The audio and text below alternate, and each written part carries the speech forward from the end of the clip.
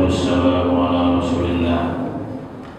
اللهم صل على نور الأنوار وسر الأسرار وترياك الأغيار ومفتاح باب اليسار سيدنا محمد المختار وعلى آله الأطهار وأصحابه الأخيار عدد نعمه وفضوله.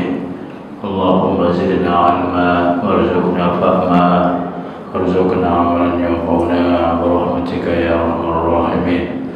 بسم الله الذي لا يضر مع اسمه شيء في الأرض ولا في السماء وهو السميع العليم. Bapak Ibu jemaah salat maghrib rahimakumullah. Pada hari ini kita berada pada 2 Muharram 1444 Hijriah. Berarti tahun Hijriah ini umurnya baru 1444. Itulah baru umur tahun Islam. Sedangkan umur bulan jauh lebih tua. Bulan itu sudah ada namanya, tapi tahun belum ada.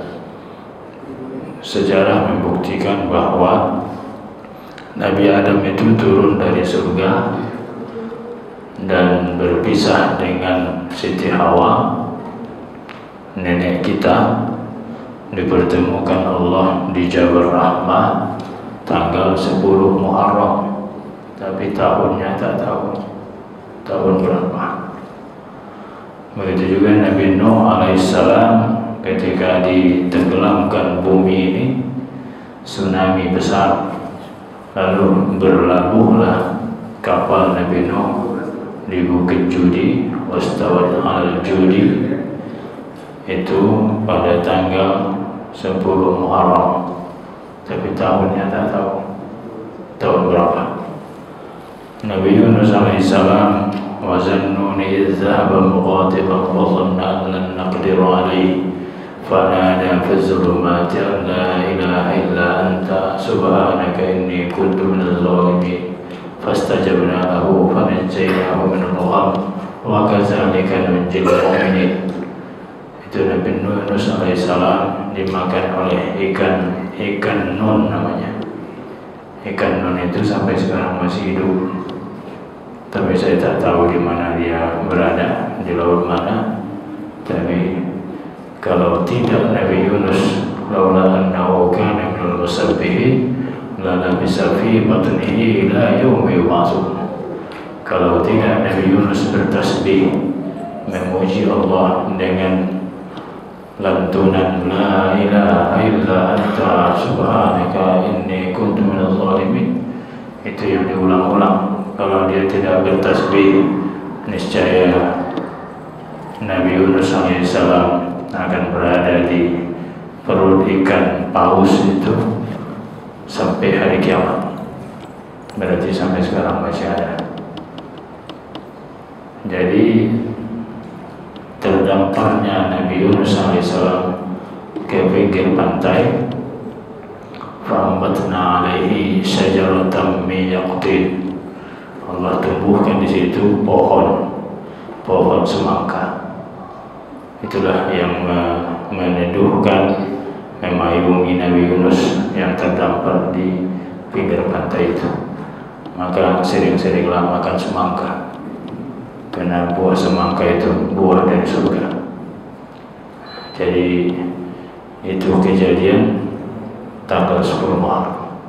Tahunnya nggak tahu tahun berapa. Itu sejarah Nabi Yunus alaihissalam. Nabi Yusuf alaihissalam ketika dia masuk penjara, sebab dia masuk penjara sedikit aja, salahnya sedikit aja. Apa salahnya?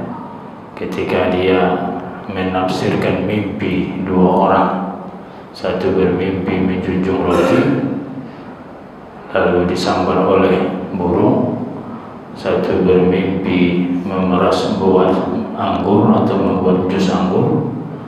Dia tafsirkan bahwa yang membuat jus anggur ini akan selamat, yang bermimpi menjunjung roti ini akan dihukum mati, dipancung. Dia berpesan kepada yang membuat jus itu, mimpi dia membuat jus anggur, dia akan kembali dipanggil ke istana menjadi pelayan raja. Cuman salahnya Nabi Yusuf mengatakan, "Uzkurni inda rabbik." Ingatkan aku, sebut nama aku, bahwa di dalam penjara ada namanya Yusuf. Mana tahu nanti raja bermimpi dipanggilnya saya. Jadi saya tidak lama-lama dalam penjara ini. Datang Jibril alaihissalam, kata Jibril, "Wahai Yusuf, ketika kamu masuk dalam telaga yang tua, siapa yang menyelamatkan kau? Allah.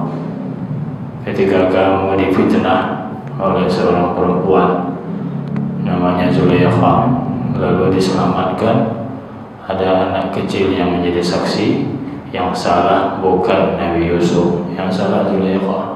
Berarti siapa yang mengutus anak kecil itu berbicara sehingga kamu selamat dari fitnah perempuan itu? Siapa yang menyelamatkan kamu? Allah. Nah sekarang kau dihukum masuk penjara. Kau sekarang meminta pesan, memohon kepada orang yang bebas dari hukuman mati, menjadi pelayan raja. Kau bilang nanti kasih tahu sama raja, kalau nanti raja bermimpi panggil saya. Berarti kamu minta tolong kepada makhluk, membuat memo, minta supaya nanti dipanggil dia. Nah sekarang siapa yang menyelamatkan kau? Terdiam Nabi Yusuf. Fala bisa sejeni bid'ah sini, mendekam Nabi Yusuf di dalam penjara 10 tahun. Lalu keluar dari penjara pada tanggal 10 Muharram. Tahun berapa? Tidak tahu. Tahunnya tidak tahu. Nabi Ibrahim alaihissalam begitu juga, ketika dibakar oleh Raja Namrud, seorang tauhid yang mengaku diri Tuhan, itu juga membakar Nabi Ibrahim alaihissalam. Berbulan-bulan Nabi Ibrahim alaihissalam di dalam api yang begitu dahsyat, begitu hebat. Tidak ada yang menyelamatkan dia kecuali Allah. Yang berusaha untuk memadamkan api hanya beberapa ekor burung saja yang terbang dari atas, diludahinya api itu. Burung-burung yang lain pun heran, bodoh kali kau, mana mungkin bisa api itu padam dengan air liurmu yang setetes itu? Tidak mungkin itu. Kata burung-burung itu mengatakan, walaupun tidak mungkin, tapi nanti saya punya jawaban di hadapan Allah. Apa yang kau perbuat terhadap Nabi Ibrahim ketika dibakar oleh Namrud, apa yang kau lakukan untuk penyelamatannya? Kami sudah lakukan ya Allah. Kami ludahi itu, tapi tak padam-padam. Itu jawaban kami di hadapan Allah. Kalian, apa jawaban kalian? Ternyata api itu memang padam. Nabi Ibrahim keluar dari kobaran api itu, sehelai rambutnya pun tidak terbakar. Itu terjadi pada tanggal 10 Muharram. Tahunnya tak tahu. Begitu juga Nabi Musa alaihissalam dikejar oleh Firaun, sampai Nabi Musa selamat, tenggelamlah Firaun, utuh jasadnya sampai sekarang. Falyawma nunajjika bibadanika litakuna liman khalfaka ayah. Hari ini kata Allah, aku selamatkan jasadmu wahai Firaun, supaya orang di belakangan hari bisa melihat, bisa menjadi bukti terhadap kedurhakaan. Mungkin sebagian kita sudah ada sampai ke sana. Saya sampai juga ke sana melihat Firaun. Tapi saya lihat, mau saya ludahi mukanya percuma aja. Sebab apa? Sebab ditutup dengan kaca. Tapi saya ejek, itu mampus kalau saya bilang. Saya kepala hati saya dengan dia. Itu Nabi Musa alaihissalam selamat dari kejaran Firaun itu tanggal 10 Muharram. Nah ini dirayakan oleh orang Yahudi, puasa 10 Muharram, puasa Asyura.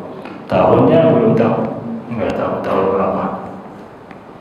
Berarti nama-nama tahun ini jauh lebih dulu, lebih tua dari nama bulan. Nama bulan ini jauh lebih tua dari nama tahun.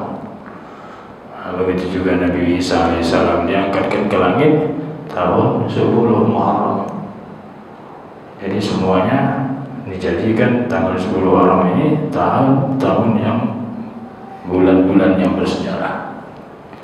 Maka tidaklah salah kalau para sahabat dahulu berijtihad menjadikan Muharram adalah bulan 1, bulan satunya Muharram, karena banyak peristiwa yang terjadi pada bulan Muharram itu. Sampai Nabi Muhammad lahir, tahunnya tahun gajah, belum ada tahun ketika itu.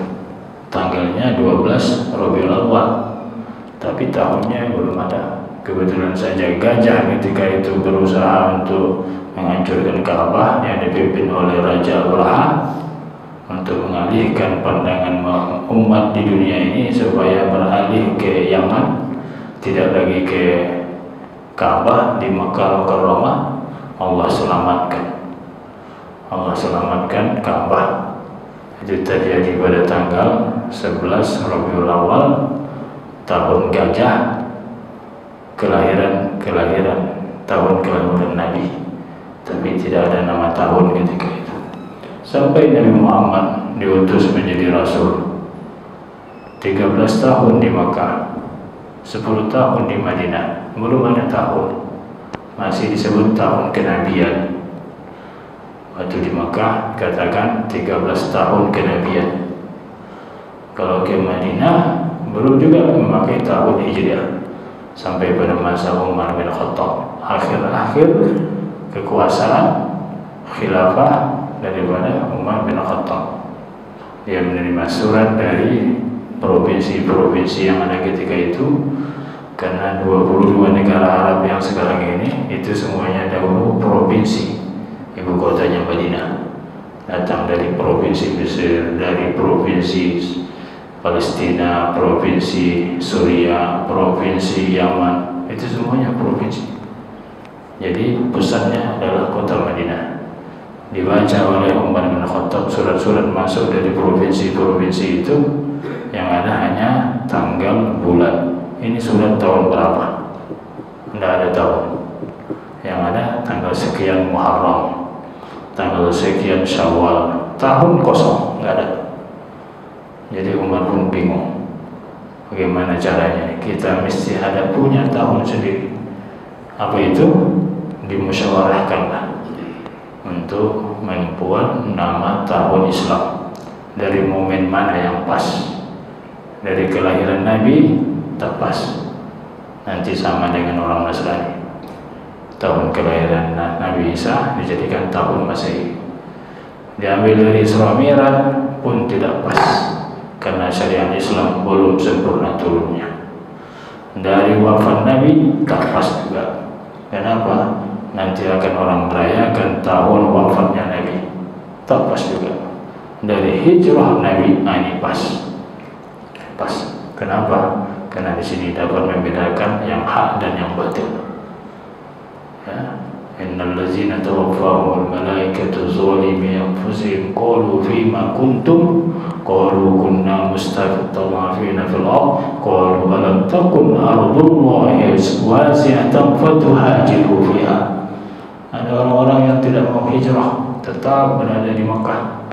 Datang malaikat ketika dia mau mati, ditanya, kenapa kamu tidak hijrah? Kenapa kamu tidak hijrah? Kamu sehat, badanmu sehat, kecuali perempuan lemah, orang tua memang tak wajib hijrah. Kenapa kamu tidak hijrah? Kami orang lemah, tak sanggup.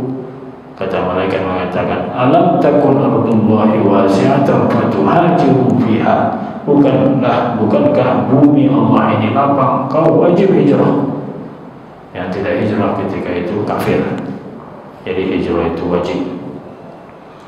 Terus dijadikanlah hijrah ini menjadi momen yang paling pas untuk dijadikan tahun Islam. Sepakat para sahabat ketika itu, para menteri-menteri yang ada di sekeliling Umar bin Khattab semuanya sepakat atas usulan dari Ali bin Abi Thalib. Berlakulah tahun hijrah itu. Jadi kalau kita ambil makna hijrah itu adalah berpindah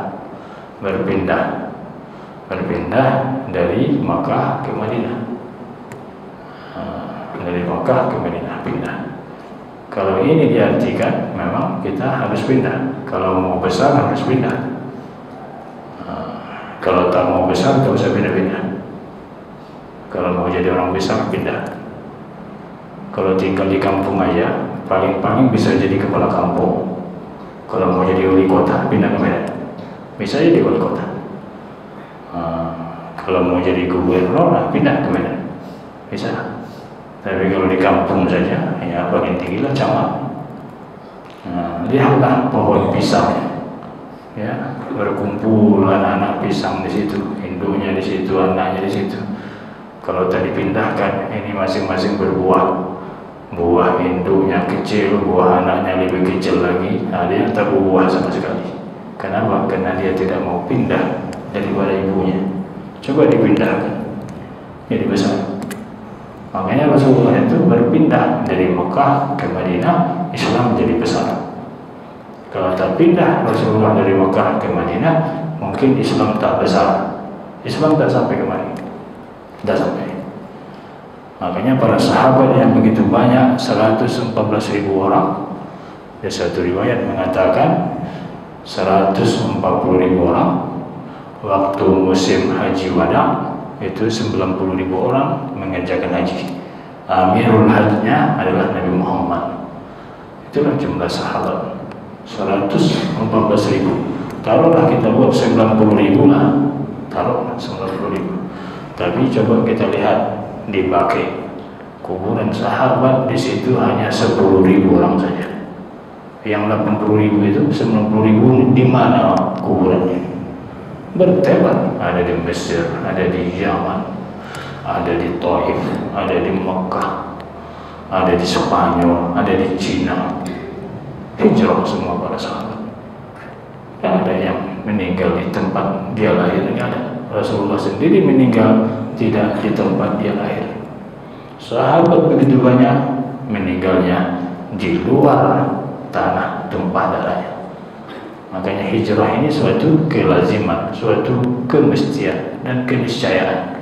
Mau tidak mau mesti hijrah. Hijrah. Makanya sampailah Islam itu ke negeri kita ini. Ini kalau diartikan hijrah dalam makna perpindahan. Tapi kata Nabi, setelah penaklukan kota Mekah, tidak ada lagi hijrah. Tidak lagi hijrah. La hijrata ba'dal fathi walakin niyatun wa jihad. Kata Nabi, tak ada lagi hijrah setelah penaklukan kota Mekah tahun ke-10 Hijriah. Tak ada lagi hijrah. Tak ada hijrah lagi. Tapi yang adalah niat dan jihad. Niat dan jihad. Itu perlu diterjemahkan. Kalau kita mau mengambil momen hijrah itu, bukan lagi kita pindah. Jangan pindah pula di kita modern, pindah kita misalnya pindah ke kampung atau pindah ke Malaysia. Senang kali ya orang tuh. Orang tuh udah siap-siap buat KTP pindah kemari. Entah berapa juta orang dah pindah. Dari Tiongkok sana pindah ke Jakarta, pindah ke mana-mana, ke Kalimantan.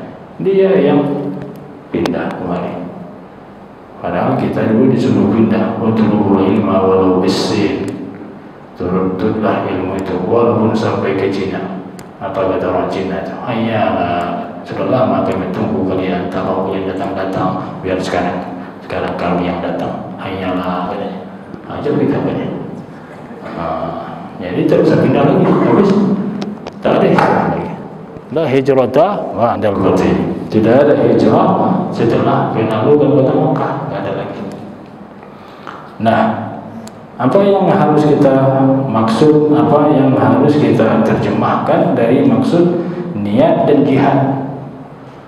Tidak ada pindah-pindah lagi. Yang ada niat dan jihad. Niat dan jihad inilah yang kita terjemahkan sebagai pergerakan. Lagi berarti ada awal, ada akhir. Kalau pergerakan tak ada awal, tak ada akhir. Lihatlah, kalau ban mobil itu berputar, bergerak terus, mana awalnya, mana akhir? Tidak ada habis-habisnya. Terus kita lakukan pergerakan. Gerakan apa? Gerakan sholat subuh berjamaah. Ya, tak ada habisnya terus. Gerakan apa lagi? Gerakan 25.000 disingkat dengan garbu pulir. Oh, ini gerakan apa? Gerakan sedekah.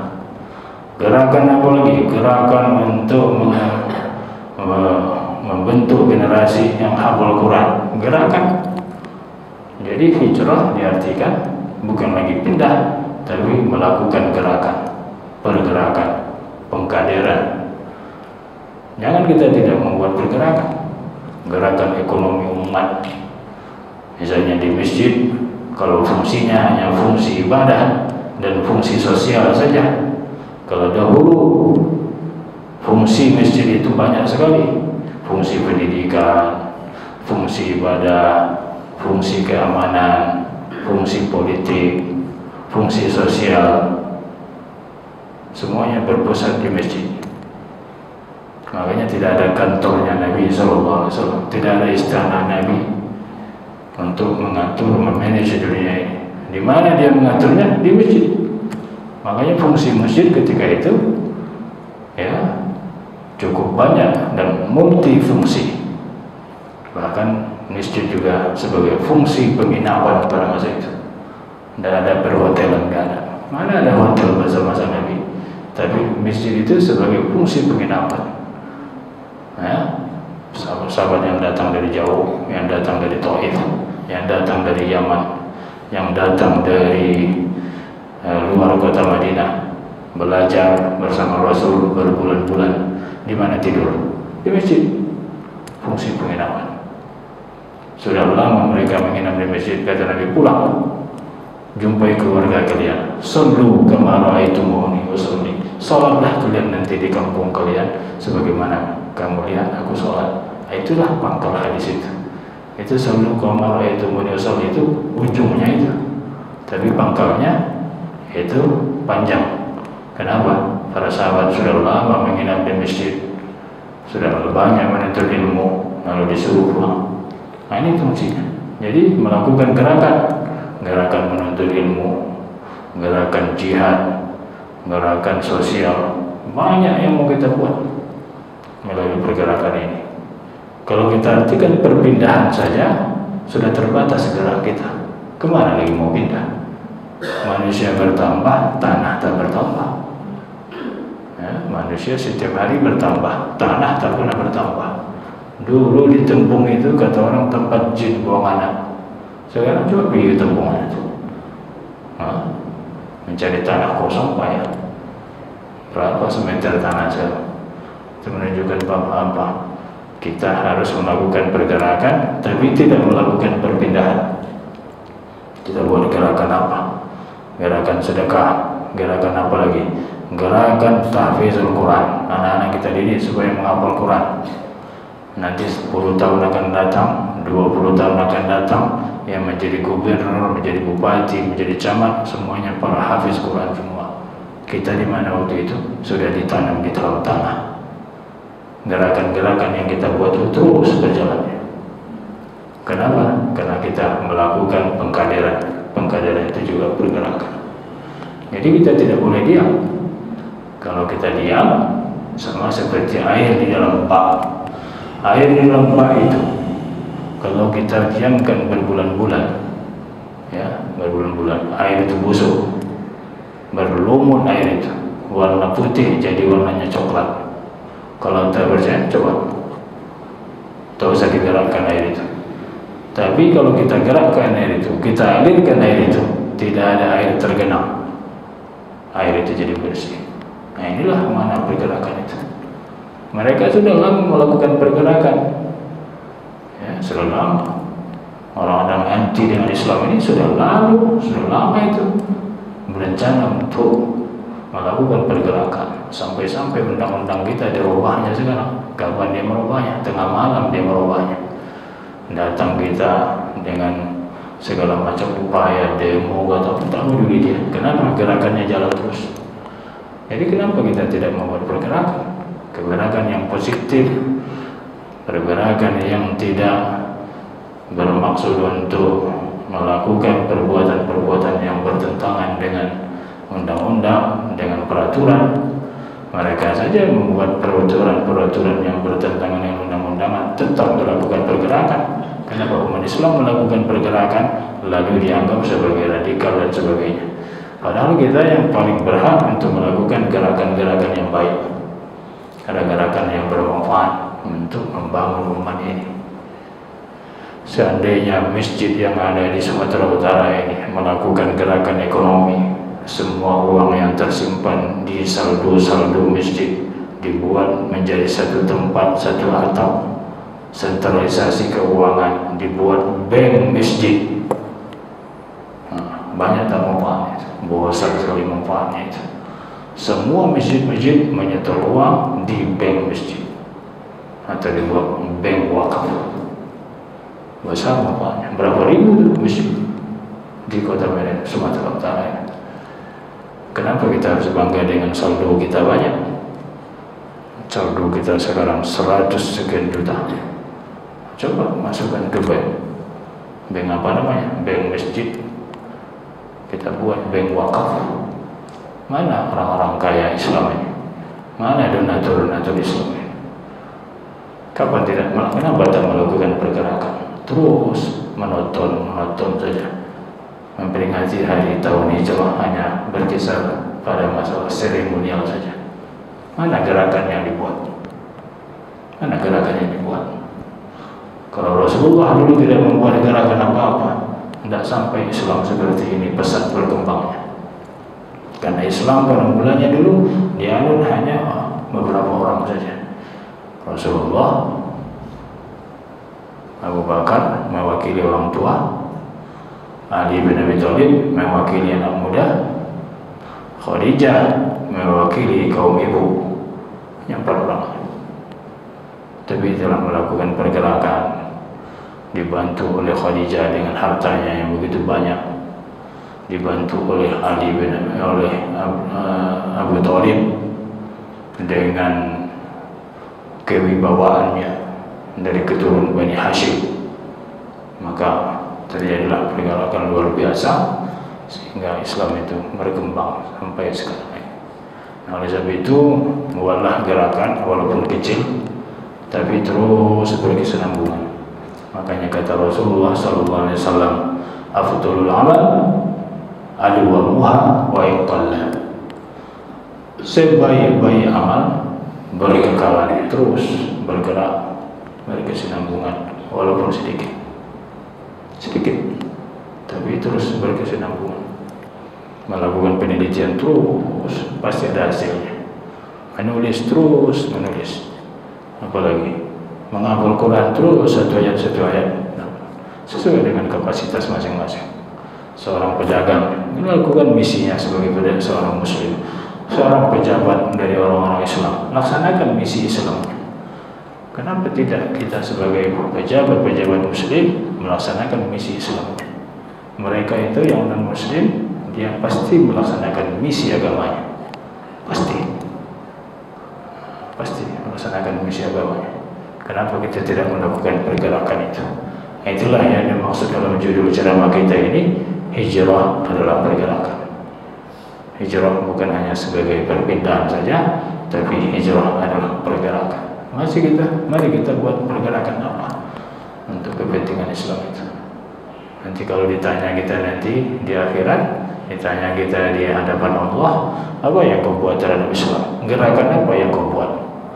Mungkin menanglah seekor burung tadi, beberapa ekor burung tadi yang melakukan gerakan untuk memadamkan api yang bakar Nabi Ibrahim. Mungkin dia ada jawabannya. Nah, kita juga mesti ada jawaban. Apa yang kau buat terhadap Islam pada zaman sekarang ini, yang mana Islam itu jadi rebutan sekarang, seperti makanan ya, yang ada di hadapan orang banyak, masing-masing menggerogoti Islam. Apa yang kita buat? Nah, saya yakin masjid kita ini ya, masjid komplek kita ini sudah banyak pergerakan yang dibuat. Saya tengok di dalam WhatsApp itu, Masya Allah, ada saja yang dibuat. Kadang-kadang ceramah, kadang-kadang silaturahim, kadang-kadang meninggal, semua dibuat. Ini namanya pergerakan-pergerakan yang tidak pernah ada akhirnya dan tidak pula ada awalnya, terus bergerak. Selesai dengan ceramah kita malam ini. Sudah azan mulai. Mungkin ada yang mau bertanya, Pak, silakan. Masih ada waktu kita sedikit lagi. Ya, selamat.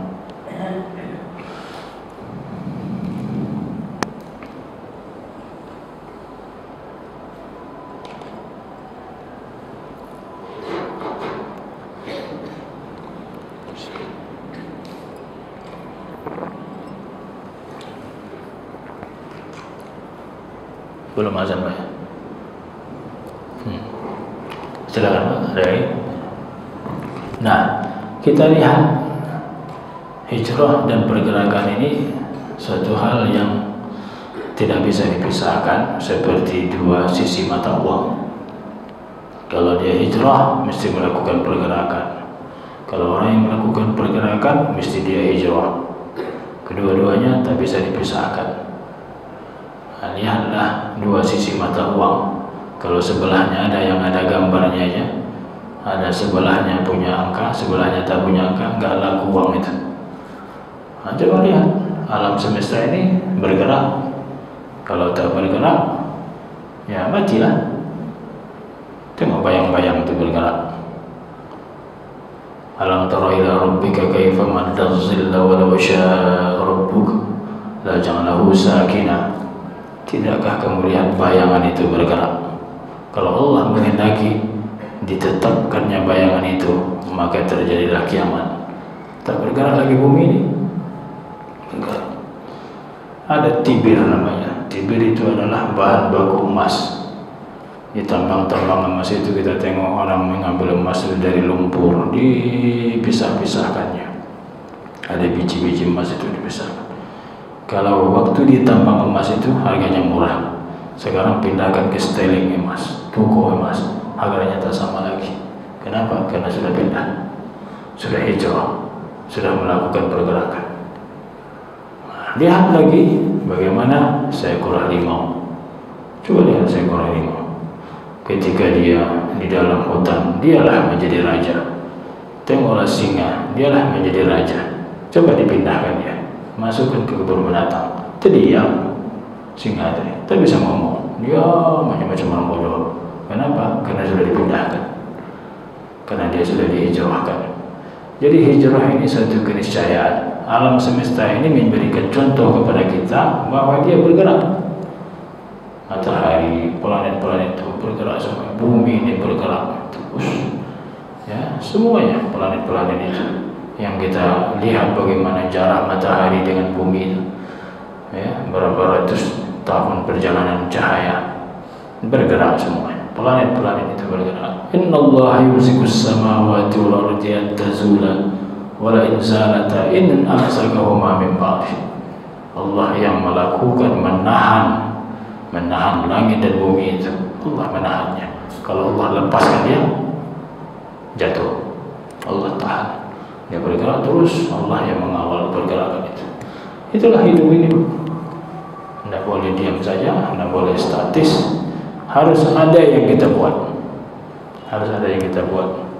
Kalau tak ada waktu kita lagi berbuat, mungkin umur kita sudah tua, ada kadar kita. Kita siapkan kadar kita. Walaupun sekarang kita tidak menikmatinya, tunggu nanti 10 tahun, 20 tahun akan datang. Dalam hadis Sahih Bukhari dikatakan, andai kata besok hari kiamat, tanam pohon hari ini. Nah, untuk apa tanam pohon hari ini? Besok sudah kiamat. Tapi kata Nabi begitu, seandainya besok hari kiamat, aku suruh kalian tanam pohon hari ini. Itu artinya apa? Kita wajib berbuat, wajib kita melakukan pergerakan. Kenapa? Karena kita berbuat hari ini, belum tentu kita yang memanennya. Generasi akan datang. Kita yang memanen hari ini, bukan kita yang berbuat, tapi yang menanam adalah nenek moyang kita yang terdahulu. Ya, leluhur kita yang terdahulu. Bagaimana pahlawan dulu berjuang, bergerak. Kalau mereka tidak bergerak di dahulu, kita tidak akan dapat menikmati kemerdekaan sang hari ini, sampai hari ini. Jadi mereka itu banyak melakukan gerakan-gerakan. Jadi kita sekarang ini tidak boleh hanya diam saja, buatlah gerakan-gerakan. Ya, kalau ada kata kita di masjid ini melakukan gerakan-gerakan yang kecil tetapi berkesinambungan, tunggulah nanti beberapa tahun akan datang kita akan melihat hasilnya. Di sini ada anak-anak menghafal Quran, tunggu 10 tahun akan datang. Yang tak hafal Quran tak berani jadi imam, tak berani. Kenapa? Tak hafal Quran aku katanya, cuma hafal Quran Allah sama kuliah kafirun aja katanya. Udahlah, bapak aja anak-anak kita yang jadi imam. Sekarang aja udah banyak orang minder, banyak orang tua sekarang tak mau jadi imam. Tengoknya apa? Anak-anak muda ini pada hafal Quran semua. Nah, oleh sebab itulah hasil yang kita kader itu, kita akan mendapat nikmatnya, dapat kita nikmatnya. Oleh karena itu kata Allah Subhanahu wa taala, "Wa may yuhajir fi sabilillah yajid fil ardi muragaman katsiran wa sa'ah wa may yakhruj min baytihi muhajiran ila Allah wa rasulih tsumma yudrikuhul maut faqad waqa'a ajruhu 'ala Allah." Siapa yang keluar berhijrah, ya berpindah, melakukan pergerakan, Allah akan ganti nanti mendapat tempat yang luas, mendapat rezeki yang lebih lapang.